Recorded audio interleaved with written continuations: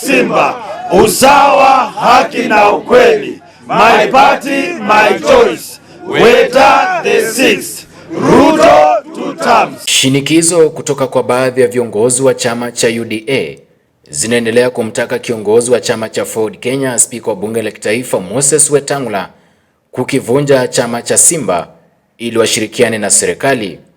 Zinazidi kuwakera wanachama wa Ford Kenya, wa hivi punde akiwa ni katibu mkuu wa chama hicho John Chikati. In the recent remarks of Honorable Cherargei, he stated that leaders of political parties that will not fold by 2027 will not be considered for appointments in the next government. Is this a threat aimed at forcing leaders to fold their parties? Chikati anadai Ford Kenya ilichangia pakubwa ushindi wa Rais William Ruto katika uchaguzi mkuu 2022 na kama chama tanzu ndani ya muungano wa Kenya Kwanza wataendelea kushirikiana bila kuvunjwa. We have no mandate morally or legally to fold up a party that represents the history of our liberation. Why are some UDA leaders on a mission to vanquish the very parties that secured their victory? What is the hidden agenda? What is the motivation? Baadhi ya wananchi wanadai ni wakati wa eneo la Magharibi kuunga mkono chama kipya kitakachoanzishwa na viongozi chipukizi walio na maono ya kuleta mageuzi ya manufaa eneo hilo. Ya kwamba mzee wetu Mr. Wetangula, ile kitu ambacho mimi naomba ufanye, wacha kukaa kule juu, shuka huko chini, tengeneza nyumba yako, angalia watu wanatakaje, wasikilize wanahitaji nini, tengeneza nyumba. Tunatambua eti ni Sifuna, sisi ndio Sifuna, yani sisi ni vijana wa Sifuna.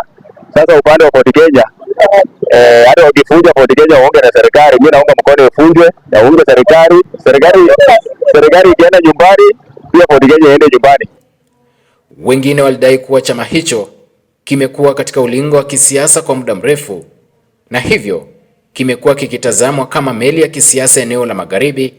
Wanadai iwapo kitavunjwa, eneo hilo litapoteza umaarufu katika meza ya kitaifa. Ford Kenya ni chama chetu mashinani. Bungoma ni Ford Kenya ndio chama chenye sisi tunafahamu kwamba tuko nacho kwa mkono. Ni chama ambacho kimekuwa kwa muda, na sasa ikisemekana kwamba waweze kuvunja kile chama ili wajiunge na serikali kuu ama wajiunge na chama cha UDA, hapo watakuwa wanapoteza ushawishi wao. Hii Ford Kenya hii ni gari yetu. Tukipanda kule Nairobi wanajua tunaenda Bungoma na gari ya Bungoma ni Ford Kenya.